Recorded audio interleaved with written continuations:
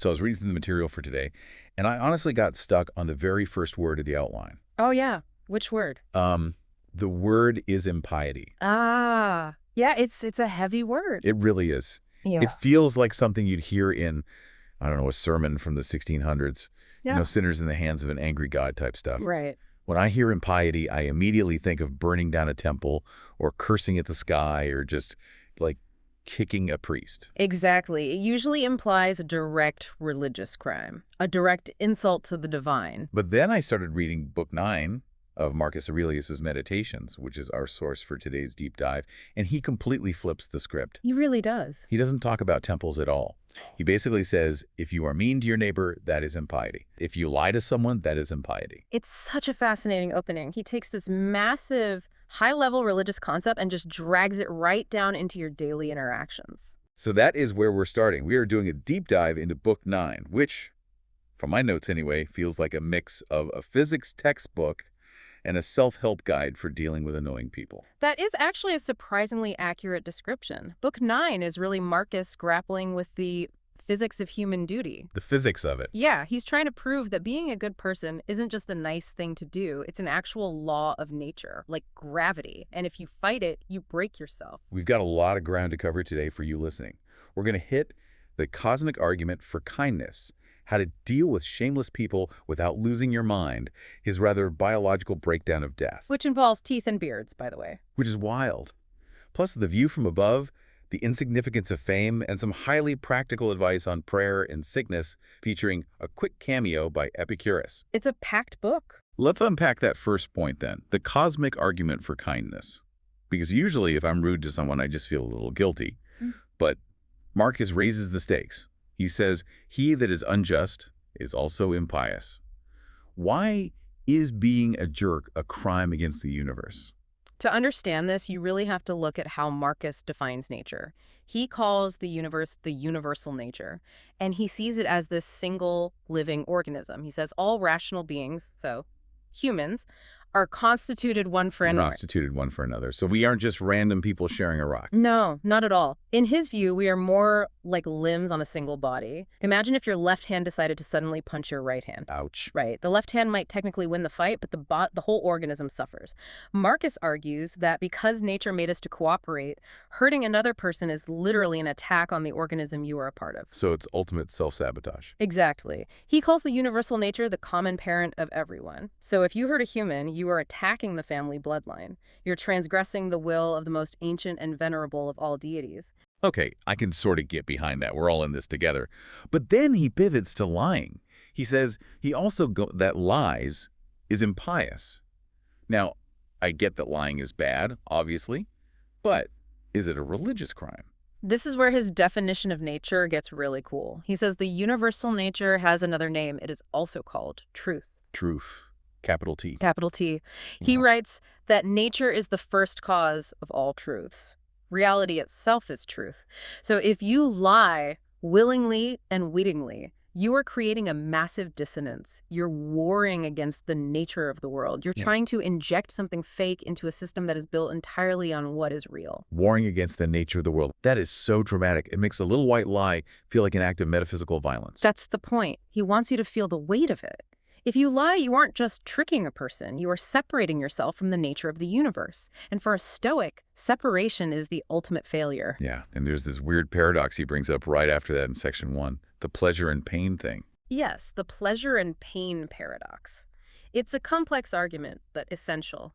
He says if you chase pleasure as a pure good and run from pain as a pure evil, you will eventually end up blaming nature. Because bad people often get rich and have fun, and good people suffer. Exactly. If you think pleasure is the ultimate good, you'll look at the universe and say, hey, this is rigged, nature is unfair. Which, again, is impious. Right. To be truly pious, Marcus says you have to be totally indifferent to the things nature is indifferent to. Pain, pleasure, life, death, honor, dishonor. Nature hands them out to good and bad people alike, so you shouldn't judge them as inherently good or evil. That theme of separation and unity keeps coming up. There's a section, later section 21, I think, where he uses this really vivid imagery about elements clumping together. Ah, yes. The seditious act argument. Yeah, he talks about how earth tends to earth, liquid flows to liquid, air to air. It's like he's describing gravity or magnetism. Everything just naturally wants to find its own kind. He's observing the physical world. Inanimate objects clump together, animals herd together, but then he looks at humans, rational beings, and he notices something incredibly ironic. We are the only ones who try to pull apart. We are. He says only in rational animals is this propension to flock together forgotten. We are the only things in the universe that actively try to isolate ourselves or fight our own kind. And he calls that behavior seditious, which is a political term, like you're a rebel faction trying to overthrow the government. But the government is reality. If you cut yourself off from your neighbor, you aren't being independent. You're a tumor. You're a faction warring against the unity of the whole common good. Okay, so the philosophy is beautiful. We are all one big happy organism. I love it. But then you walk out the front door. Yes, the reality check. And let's be honest, you meet people, and some people are just terrible. You have the liars we just talked about. You have the cheats. Yeah. You have the people Marcus calls impudent, which basically means shameless. Oh. How does Marcus reconcile this we are all one idea with the fact that his day job as emperor involved dealing with traitors and sociopaths? This is actually my favorite part of Book 9 because it is intensely practical. Marcus doesn't pretend these people don't exist. He actually gives you a specific mental tool to deal with them in section 42. Right, the shameless man exercise. Yes. He says, when you run into a shameless man, someone who is just brazenly awful, you need to immediately ask yourself one question. Is it possible for the world to exist without shameless men? And what's the logical answer? Well, no. Statistically, in a world this big, there have to be some bad apples. It is a statistical necessity. You cannot have a population of millions without a certain percentage of them being shameless or cunning or treacherous. So Marcus says if these people are necessary for the world to exist, then meeting one of them shouldn't be a surprise at all. It's literally like playing bingo. Oh, look, I found one. Precisely. He says you should say to yourself, this person is just one of that necessary number that the world cannot be without. That is such a funny reframe. It completely takes the anger out of it. Instead of thinking, how dare you be like this, you just think, oh, you're just fulfilling your quota. It shifts the blame from them entirely over to you. He basically asks, are you surprised that a fig tree produces figs? Are you surprised that a cucumber is prickly? Of course not. So if you're surprised a bad person acts badly, that's your fault. You're the one who isn't paying attention to how reality works. He writes, desire not, then, that which is impossible. If you want a world with zero jerks, you're asking for a fantasy world. And that expectation is exactly what causes your anger. If you accept that the shameless man is a standard feature of the universe, you can handle him with intelligence rather than blind rage. He does give some advice on what to actually do with them, though. He doesn't just say, let them walk all over you. He says, teach them or bear with them. That is the classic Stoic fork in the road. If you can correct them and teach them, do it. That's kindness. But if you can't, if they are truly incorrigible, then your job is to bear with them, to tolerate them without letting them destroy your own internal peace. And he has a warning here, too. He says, don't expect a Plato's commonwealth. Right, don't wait for utopia. Be content with even the smallest step forward. But then, and I really love this part, he throws some serious shade at historical figures. Oh, the swaggering actors come. Yes. He explicitly calls out Alexander the Great, Philip of Macedon, and Demetrius Phalereus. These are the ultimate great men of history. Conquerors. Legends. And Marcus just rolls his eyes at them. He basically asks, did they really understand nature, or were they just acting? He compares them to stage actors in a tragedy. He says if they were just swaggering around and puffed up with their own importance, he has no obligation to imitate them. He says true philosophy is unaffected simplicity and modesty. Persuade me not to ostentation Yeah. and vainglory. It's really interesting. He seems to view that conqueror persona as a trap. He sees it as slavery. If you are obsessed with glory and how you look to the crowd, you aren't a master. You are a slave to the audience. Marcus wants to be a servant of reason, not a servant of applause. Speaking of things that usually terrify people, conquerors included, let's talk about death. Because Book 9 is very heavy on mortality. But he doesn't treat it like a tragedy. He treats it like biology class. He thoroughly strips the romance and the horror right out of it. In section 3, he compares death to other completely normal bodily changes. He says, look, you grew teeth, you hit puberty and grew a beard, you got gray hair. And I assume he's asking, did you panic when you grew teeth? Exactly. Those are just nature's operations. They are natural stages of a life cycle. He argues that death is just the next item on the list. It's no more evil than hitting puberty. He uses that analogy of the embryo, too, which I found surprisingly graphic but super effective. It is graphic. He says dying is just the soul falling out of the sheath or the outward coat, exactly like a child leaving the womb. That's a powerful reframing. Leaving the womb is probably terrifying for a baby. It's a violent transition, but it's necessary to enter the next state of being. And Marcus suggests death is just another birth, a transition back to the elements. But there is a darker moment in section 3, too. It's not just this calm biological acceptance. He seems genuinely tired. He creates a very human, vulnerable moment here. He writes about the sheer exhaustion of living among people who don't share his principles. He says, "Hasten, I thee pray, O death, lest I also in time forget myself." Lest I also in time forget myself. That hit me hard. He's not saying I want to die because life is hard. He's saying I want to die before I become corrupted. That is his greatest fear. He's surrounded by court intrigue, sycophants, and all the shameless men we just talked about. He feels the immense pressure to conform. He even admits that if he had friends who shared his philosophy, he might want to stay. But since he feels so alone in his pursuit of virtue, he sees death as a release from the danger of becoming a bad person. To help himself maintain that detachment, to stop falling in love with the world, he uses a technique that is, frankly, a bit gross, but I think he fully intends it to be. The rot section, section 34. Yeah. He looks at the things people value most, luxury, wealth, clothes, and he just verbally destroys them. He deconstructs them into their constituent biological parts. He looks at marble, the stuff his own palaces are made of, and calls it kernels of the earth, just rocks. He looks at gold and silver and calls them sediment. Gross feces of the earth, I believe, is the direct translation. Gross feces. And then the royal purple robes. This was the ultimate status symbol in Rome. Only the emperor could wear the full purple. And he describes it as hair of a silly sheep, and for color, the very blood of a shellfish. He's referring to the murex dye, right? Which literally came from crushing thousands of sea snails. Yes. It was a smelly, bloody industrial process. Marcus forces himself to see that process. He's looking at his own majestic robe and saying, "This isn't majesty. This is dead sheep hair soaked in snail guts." Why does he do that, though? Is he just trying to depress himself? Not at all. He's trying to liberate himself. He calls it stripping the mask off things. We get dazzled by the packaging of the world. We see wealth or power. Marcus wants to see the physical reality so that he stops coveting it. If it's just snail guts, it's not worth selling your soul for. He even does it to his own body. He calls his own life a mere exhalation of blood. It is radical humility. He's reminding himself that he is just biological matter, exactly like the sheep and the shellfish. This plays perfectly into another mental exercise he mentions, the view from above. This is a classic Stoic tool. In section 29 and 32, he tells himself to mentally zoom out.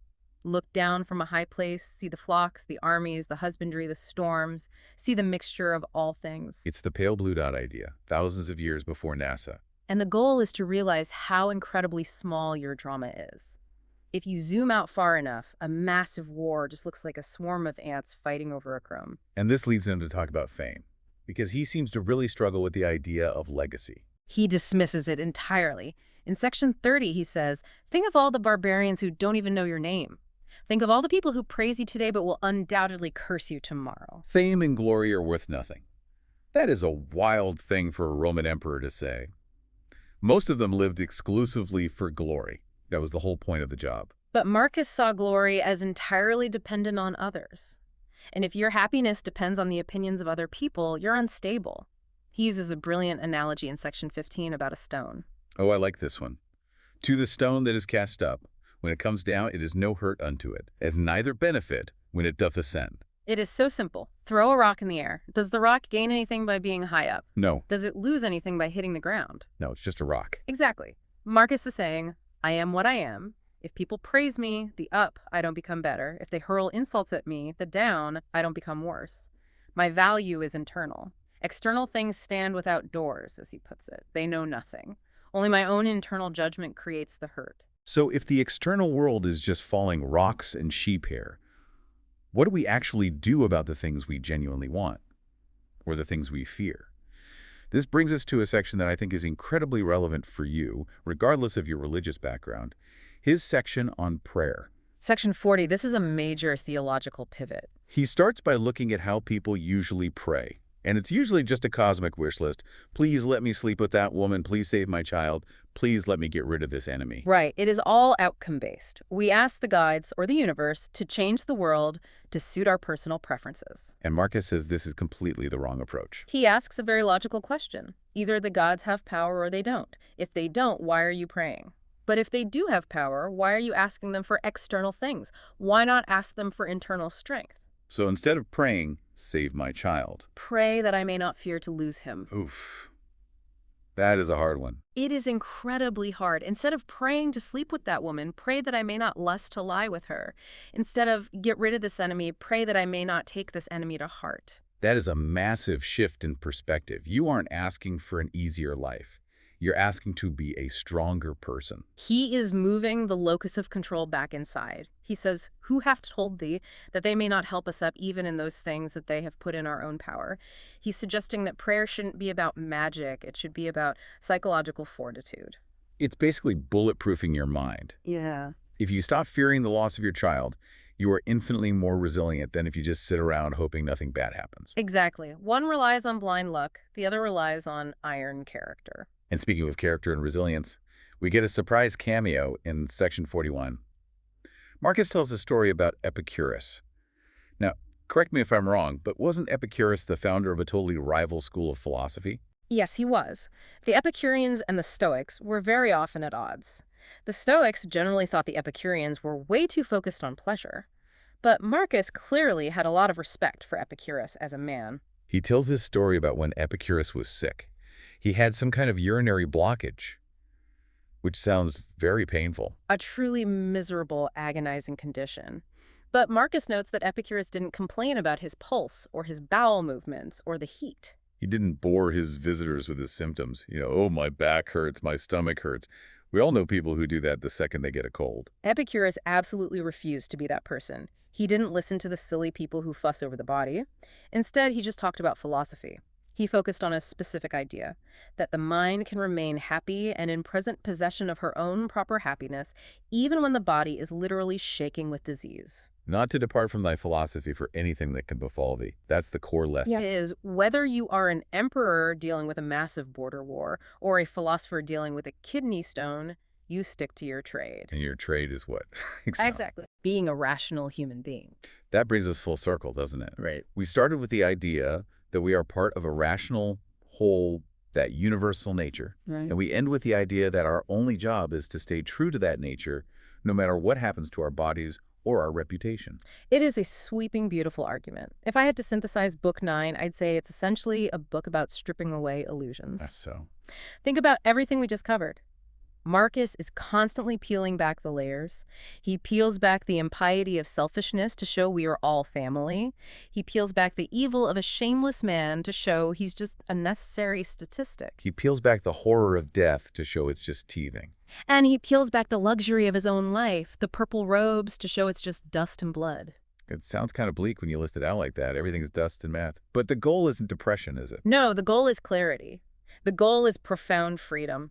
Once you strip away the illusions, the fame, the fear, the intense desire for things to be different than they are, what is left? Unaffected simplicity and modesty. Exactly. What is left is the work. The simple, quiet work of being a good human. And that brings us back to that challenge he left us with regarding Alexander the Great. It's a question for you listening right now. In your own life, are you trying to be the swaggering actor? Obsessed with how things look, fighting for applause, pretending to be something you're not? Or are you willing to do the simple, often invisible work of being pious, which, as we learned today, just means treating your neighbor like they're literally a part of you? It is a choice between the tragedy of the actor and the simplicity of the philosopher. Marcus made his choice. Now we have to make ours. Indeed. Go find the fruit of your own reason. Thanks for diving in with us. We'll see you next time.